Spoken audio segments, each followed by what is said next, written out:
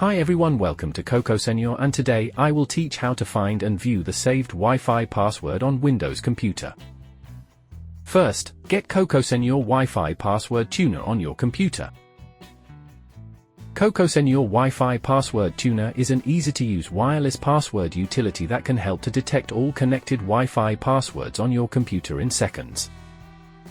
Now open the software and you can check all the details for the Wi-Fi network, including the Wi-Fi name, security setting, type, password, and hex. You can also click the refresh button on the bottom right corner if there is a new wireless network connected. After that, click the Save button to save the Wi-Fi passwords to a text document.